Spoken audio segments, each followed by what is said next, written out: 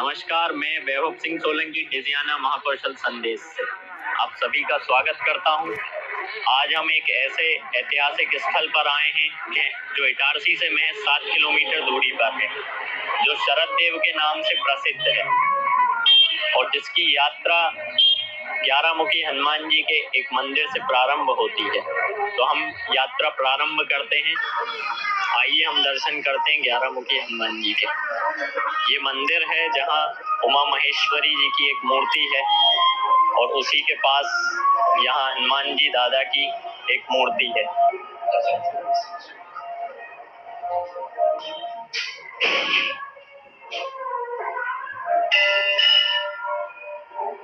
वर्षों से एक धूना भी प्रज्वलित है, वो हम देखते हैं और इसके बाद बड़ा देव की यात्रा प्रारंभ करेंगे।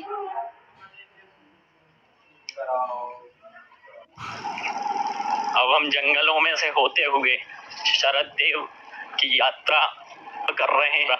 शरद देव की यात्रा ऐसे जंगलों के बीच में से होते हुए की जा रही है हमारे द्वारा, जो आगे चल के हमें सीढ़ियों द्वारा भी 3000 फीट की ऊंचाई चढ़ेंगे। यहाँ प्राकृतिक सौंदर्य दिखाना चाहेंगे हम कि किस प्रकार से यहाँ प्राकृतिक सौंदर्य है। बड़ा ही सुंदर स्थल है। यहाँ बीच रास्तों में से एक झरना निकला है, वो हम दिखाते हैं आपको। बड़ा ही सुंदर झरना है और यहाँ पानी बड़ा ही स्वच्छ एवं सुंदर दिखाई दे रहा है, बिल्कुल क्लियर दिख रहा है पानी।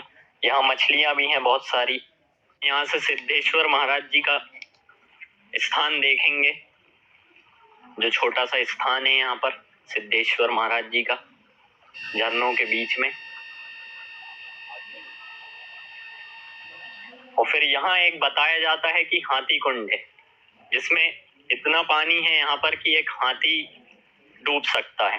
तो अब हम यहाँ कुछ लोग हैं, उनसे जानने की कोशिश करेंगे हाथी कुंड के बारे में। भाई साहब, हाथी कुंड की क्या विशेषता? हाथी कुंड में इतना पानी रहता है कि एक हाथी डूब जाए, इतना पानी रहता है। और यहाँ पे सभी लोग आते हैं, दर्शन करने भी आते हैं, पिकनिक मनाने भी आते हैं। शरद देव बाबा का मंदिर बन रहा है, कोई ईंटा भी ले जाता है, कोई पानी यहाँ कुंड से भर के ले जाता है। जो सेवा बनती है वो करते रहते हैं सब लोग। यहाँ मोहल्ले पड़ोस के भी आते हैं, हमारे उधर के भी आते हैं, सब लोग आते हैं। मतलब बहुत विख्यात मंदिर हो गया है पहाड़ों के बीच में, मगर इसमें साधन नहीं है ले जाने का, मगर फिर भी एक एक ईंटा कर करके बहुत बड़ा मंदिर तैयार होगा। ऊपर जाके आप देखोगे तो जन्नत नजर आएगी नीचे आप। इतना कर्रा मंदिर तैयार हो चुका है भगवान भोलेनाथ की कृपा। तो यहाँ से कितनी ऊंचाई पर होगा अभी मंदिर? ये अपने कम से कम 3000 फीट करीबन की ऊंचाई है। अपने मतलब संकल्पपुर माता जी से ऊंचे ही मंदिर लगभग। तो आप लोग यहीं रहते हैं? हाँ, यही पुरानी इटारसी में रहते हैं, अमृत देवल मंदिर के पास। वहीं के तो सेवा के लिए चले आते हैं कभी कभी सब लोग, जो बच्चे लोग भी आ जाते हैं साथ में। ऐसी टीम बना के आते रहते हैं, काम होते रहता है भगवान भोलेनाथ। अब हम ऐसे ही रास्तों में से निकलेंगे और बीच बीच में ऐतिहासिक धरोहर दिखाएंगे। तो आइए अब हम आगे चलते हैं। यहाँ बीच रास्ते में एक देवल मंदिर है, जहाँ भक्तों की रुकने की व्यवस्था है और बड़ा ही सुंदर स्थान है। आइए हम वो भी दिखाते हैं। ये बड़ा ही सुंदर स्थान है। यहाँ वृक्ष लगाए गए हैं, यहाँ बैठ के लोग भोजन प्रसादी ले सकते हैं प्रकृति के बीच में। यहाँ रुकने की व्यवस्था है, ये दिखाते हैं हम।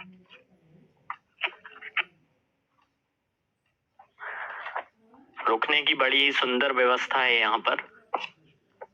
और यहाँ कुछ सेवक लगे हैं जो यहाँ निरंतर सेवा दे रहे हैं। अगर कोई रुकने आता है तो उनको सेवा देते हैं निरंतर, चाय पानी भोजन प्रसादी। जहाँ भक्तों की रुकने की व्यवस्था है, वहाँ कई वर्षों से एक धूना प्रज्वलित है, उसके दर्शन कराते हैं।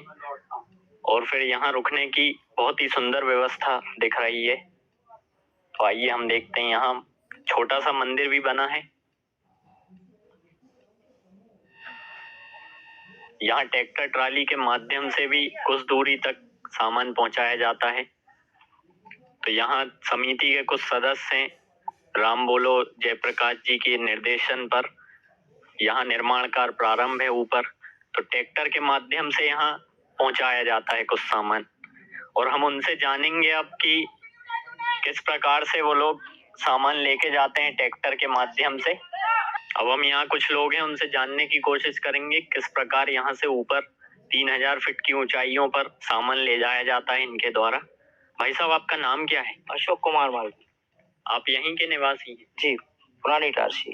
तो ये समिति द्वारा कार्य कर रहे हैं? समिति द्वारा कार्य चल रहा है।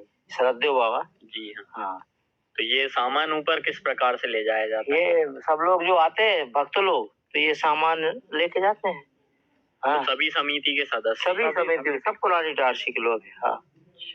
तो अभी तक कितना निर्माण हो गया है? ये काफी निर्माण हो गया, ऊपर लेंटर भी डल गया है, गुम्बज भी आधी बन गई है और करीब 28 साल से ऊपर हो गए लगभग इस प्रकार कार्य होते हुए। तो पानी की व्यवस्था है नहीं, नीचे से लेके जाना पड़ता है, हर सामान नीचे से लेके जाना पड़ता है। तो निरंतर ये ऐसे ही लेके जाते हैं आप लोग पैदल कुछ दूरी? जी, हम लोग सब समिति के सारे सदस्य लोग ऐसे ही लेके, और जो भी भक्तगण आते हैं वो एक एक सामान लेके जाते हैं। इस प्रकार कार्य चल रहा है भोलेनाथ का। तो जैसा कि हमें बताया है, यहाँ कुछ भक्तों ने कि सामग्री कुछ दूरी तक ट्रैक्टर ट्रॉली से ले जाई जाती है, फिर उसके बाद पैदल ले जाई जाती है। अब हम यहाँ से ऊंचाई पर चढ़ रहे हैं कुछ भक्तों के साथ। राम बोलो और जय शंभू के जयकारों के साथ कुछ भक्त यहाँ पर चढ़ाई चढ़ रहे हैं। ये शरददेव मंदिर का मुख्य द्वार है और यहाँ पंडित जी खड़े हैं, तो हम उनसे कुछ समय बाद जानेंगे कि मंदिर का क्या इतिहास है और किस प्रकार से यहाँ कार्य चल रहा है। और ये पहाड़ी पर स्थित मंदिर है। यहाँ देखने में ऐसा लगता है कि ये पूरी पहाड़ी हरियाली की एक चादर से ढकी हुई है। यहाँ समिति के कुछ सदस्य, हम उनसे जानने की कोशिश करेंगे कि किस प्रकार से मंदिर का निर्माण किया जा रहा है। तो आइए अब हम जानते हैं। आपका नाम क्या है? मैं तेन सिंह तोमर, भारत टाकी के सामने इटारसी और गुर्रा मेरा गांव है। किस प्रकार से ये मंदिर का निर्माण किया जा रहा है, उसका क्या इतिहास है? ये इतिहास बहुत पुराना है। अचानक हम लोग यहाँ दाल बाटी खाने आए थे। काली समिति जो है बहुत दिनों से राम विवाह करा रही है, निःशुल्क राम विवाह होता है इटारसी में। हम सारे सदस्य हैं उसके, और उसमें ना कोई अध्यक्ष है ना उपाध्यक्ष है। इसलिए बना है कि कहीं कोई मतभेद ना हो। और हमारे पटेल साहब को हमने आदर्श माना है। हम जब ऊपर खाना खा रहे थे, उसी बीच में हमने देखा कि एक सूर आकार की कोई चीज चमक रही है। उसको हमने निकाला। सूर्य भगवान का जो है चित्र है, और वही मूर्ति जो मिली है हमें, वो बील का पेड़। यहाँ सारे दूर जाओगे आप, बील का पेड़ नहीं मिलेगा। हाँ, वो ऊपर ही है, वो सिर्फ वही है। तो वो सब हमने खोद के और फिर वहाँ योजना बनाई। हमारे पटेल साहब ने कहा यार एक मंदिर अपन यहाँ बनाएंगे। हम लोगों ने जब से 35-40 साल हो गए संकल्प किए हुए, राम बोलो ये एक ऐसा मंदिर होगा जो पानी के नीचे से कुप्पे लाके और सीमेंट में घोल के बनाया जा रहा है। तो इसमें किसी प्रकार का जनप्रतिनिधियों का या प्रशासन का कोई सहयोग प्रदान है क्या आपको? प्रशासन का तो कुछ नहीं है, और ना हमने संपर्क साधा उन लोगों से। वो कार्यक्रम जो भी करते हैं राम विवाह का, वो सब पूरे शहर से मिलके, बल्कि आसपास के गांव सब दूर जाके वो राम विवाह करते हैं। और राम विवाह में से जो भी थोड़ी बहुत राशि बचती है वो हम शरददेव बाबा पे लगा रहे हैं। तो अब जैसा कि यहाँ बहुत सारा निर्माण हो चुका है कि ये द्वार बन गया है, सीढ़ियां बन गई हैं, तो आप किस प्रकार का सहयोग चाहते हैं प्रशासन से कि वो भी सहयोग करे, या क्या अपील करना चाहते हैं प्रशासन से? हम शासन प्रशासन से सिर्फ इतनी मांग करेंगे कि ये जो एरिया है, यहाँ एक कुंडी नामक स्थान है नीचे, जहाँ से अभी आप चढ़े हो, उस जगह पे पर्यटक स्थल के हिसाब से सबसे अच्छी जगह जो अगर सतपुड़ा में है तो वो ये है कुंडी। यहाँ 12 महीना पानी रहता है। वो इतना सख्त पानी है, वो कहाँ से आता है कैसे आता है ये अभी तक पता नहीं चला। और आप जाओगे तो ऐसा लगेगा जैसे गंगा तैर रही हो, ऐसा पानी चलता ही रहता है। तो जैसा कि हमें समितियों के सदस्यों द्वारा बताया गया है कि यहाँ एक कुंडी है, उसके लिए वो चाहते हैं शासन प्रशासन से कि वो पर्यटक स्थल के नाम से घोषित हो, जिससे कि यहाँ आवाजाही बढ़े, क्योंकि ऐसा प्राकृतिक सुंदर किसी और जगह नजर नहीं आता है। और और जैसा कि ये लोग जगह जगह राम बोलो के जयकारे लगा रहे हैं, तो हम उनसे जानने की कोशिश करेंगे कि राम बोलो आखिर क्या है। राम बोलो, राम बोलो, राम बोलो। हमारे गुरु महाराज, हमारे जो गुरु थे वो हर बात में राम जी का नाम लेते थे। राम जी कटोरी, राम जी शक्कर, राम जी जो भी उनको बोलना था उसमें राम जी लगाते थे। फिर उन्होंने एक दिन हमको ये बताया कि तुम राम बोलो कहा करो। तो मैंने कहा गुरुदेव जी तो आदेश हो जाएगा। कि नहीं, आदेश नहीं है जी, राम बोलो, धन बोलो। मतलब राम का जो बीज है वो अपने शरीर में बोलो, बोनी कर लो उसकी, क्योंकि ये महामंत्र है। इसलिए इस राम बोलो को हम बोलते हैं, कोई आदेश नहीं देते, सिर्फ के राम का जो बीज मंत्र है वो उसको बोलो, अपने शरीर में बोलीजिए। ये हमारा कहना है, इसलिए हम राम बोलो बस राम तो बोलते हैं और लोगों को सुनाते हैं कि भाई आप राम अपने शरीर में बोलो। तो जैसा कि हमें बताया गया है कि राम बोलो किस प्रकार बोला जाता है और इसका क्या महत्व है। अब हम पहुंचे हैं गणेश घाटी, जहां पंडित जी से जानने की कोशिश करेंगे कि गणेश घाटी क्यों नाम रखा गया है और क्या इतिहास है और ये मंदिर का क्या इतिहास है। पंडित जी आपका स्वागत है डिजियाना में। आपका नाम क्या है? आचार्य पंडित मदन मोहन दुबे। तो आप इटारसी निवासी हैं या कहीं और से? जी मैं इटारसी का निवासी हूँ। पंडित जी ये बताइए गणेश घाटी नाम क्यों रखा गया है? क्योंकि यहाँ ऊपर जो शरदेव मंदिर निर्माण कार्य चल रहा है, तो उसमें जो घाटी है ये प्रारंभ घाटी है। मतलब हम कोई भी कार्य श्री गणेश करते हैं गणेश जी से, इसलिए इस घाटी का नाम गणेश घाटी रखा गया है। और ये जो कार्य चल रहा है वो श्री देवल मंदिर काली समिति के तत्वाधान में यहाँ शरदेव बाबा मंदिर निर्माण कार्य प्रारंभ है। और हमेशा ये जो देवल मंदिर काली समिति है वो रचनात्मक कार्यों के लिए जानी जाती है। सामाजिक तौर पे हम लोग यहाँ जो राम विवाह होता है उसमें हम अनेक कन्याओं का विवाह करते हैं, निःशुल्क विवाह किया जाता है। और इसमें देवल मंदिर काली समिति की ओर से 5 रकम वगैरह और जो भी है वो दिया जाता है। और हम लोगों ने यहाँ एक साल में 100, 150, 200 जोड़े तकों का विवाह किया।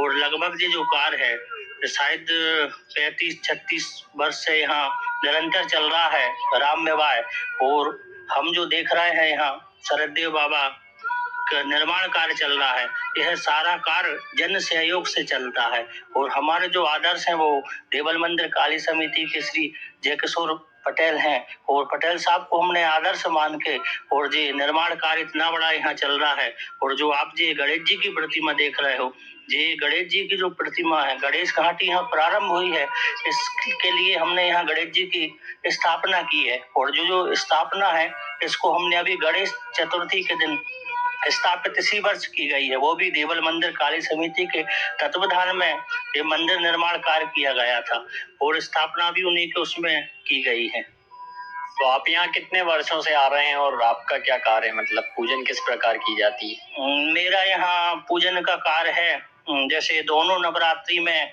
ऊपर निरंतर पाठ चलते रहते हैं। लगभग 12-15 वर्षों से मैं यहाँ दुर्गा पाठ कर रहा हूँ।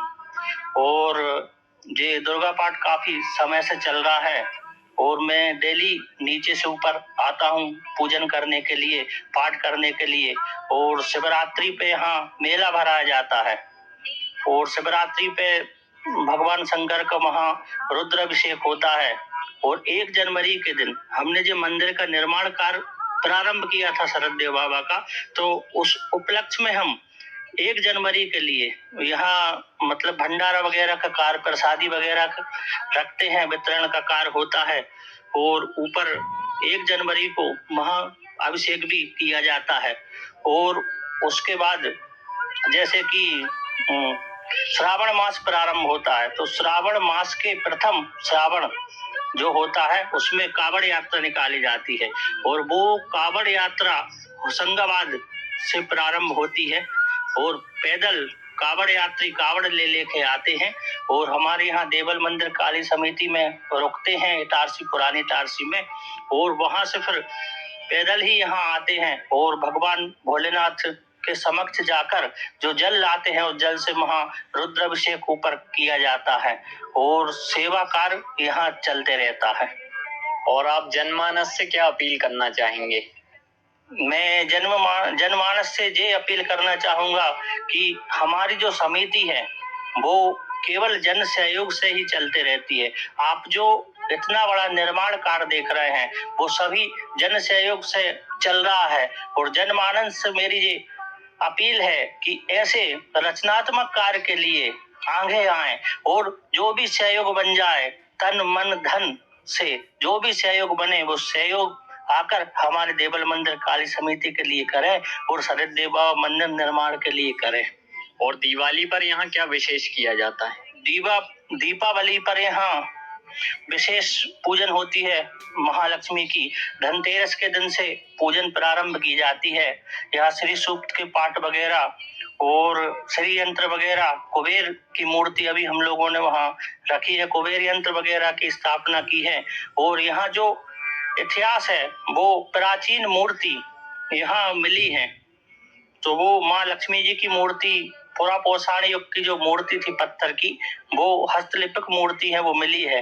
तो उसके लिए हमने वहाँ चिपका कर, और वहाँ स्थान पे ही मिली थी इसलिए उस स्थान पे विशेष 3 दिन पूजन पाठ महालक्ष्मी जी की जाती है। और क्या महत्व है इस मंदिर का, और अभी तक मतलब प्रशासन और शासन द्वारा क्या सहयोग प्रदान हुआ है? शासन प्रशासन द्वारा हम लोगों ने सहयोग की अपेक्षा नहीं की है, क्योंकि हम लोग जन सहयोग से ही ये कार्य आगे करते चले आ रहे हैं।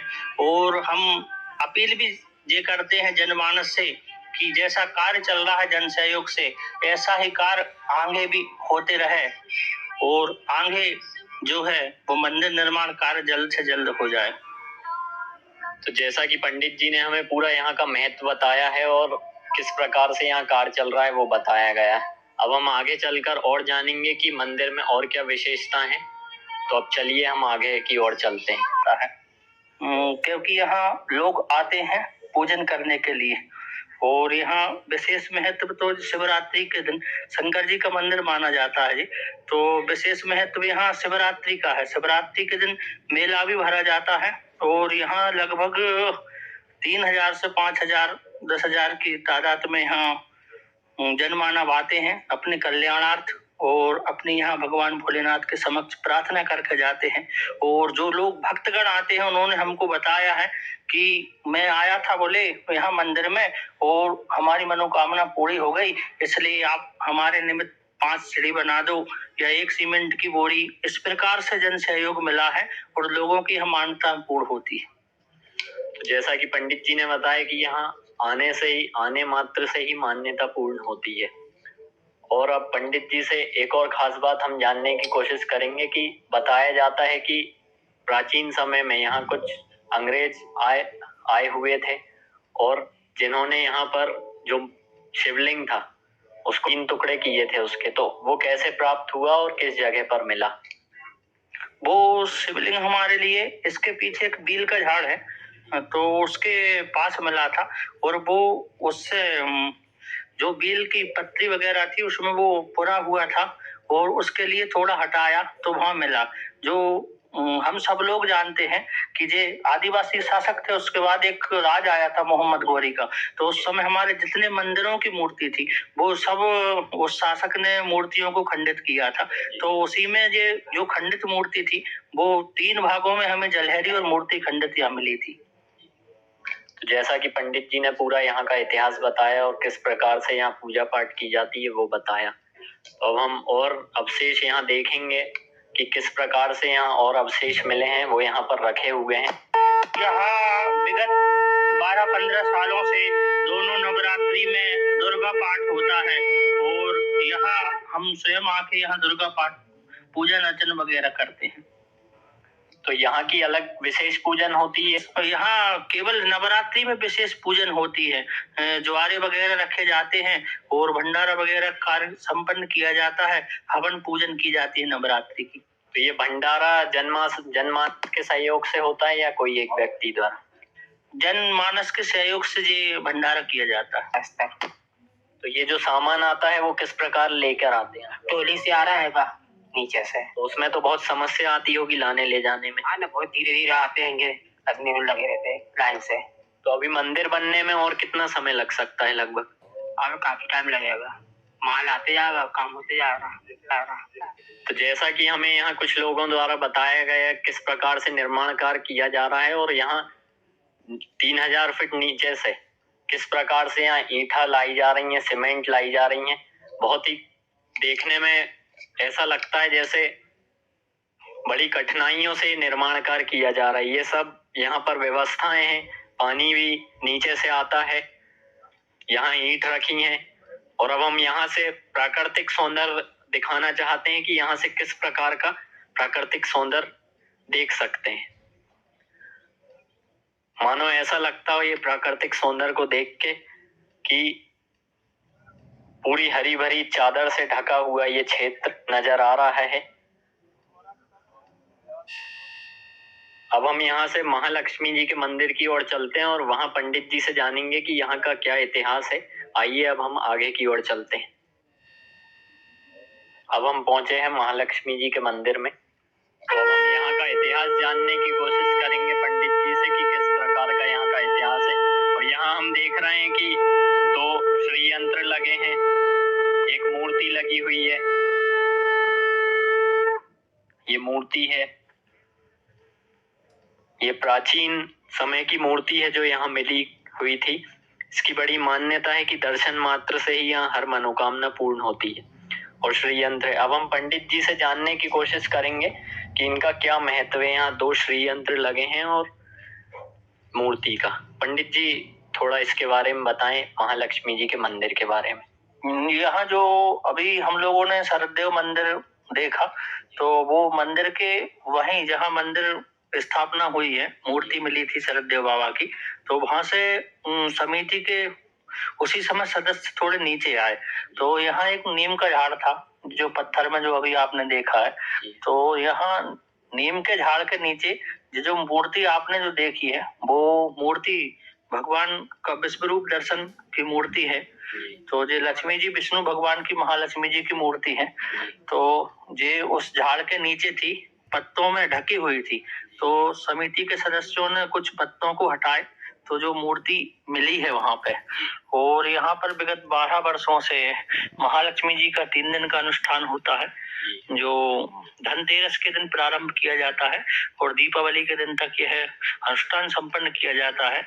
यहाँ महालक्ष्मी यंत्र लगा है, कुबेर यंत्र लगा है। तो ये कुबेर लक्ष्मी जी की साधना यहाँ की जाती है और यंत्र सिद्ध किए जाते हैं और यहाँ आने मात्र से ही सभी लोगों की मनोकामना पूर्ण हो जाती है एवं लक्ष्मी जी की प्राप्ति होती है। तो ये लक्ष्मी यंत्र कहाँ से लाया गया था?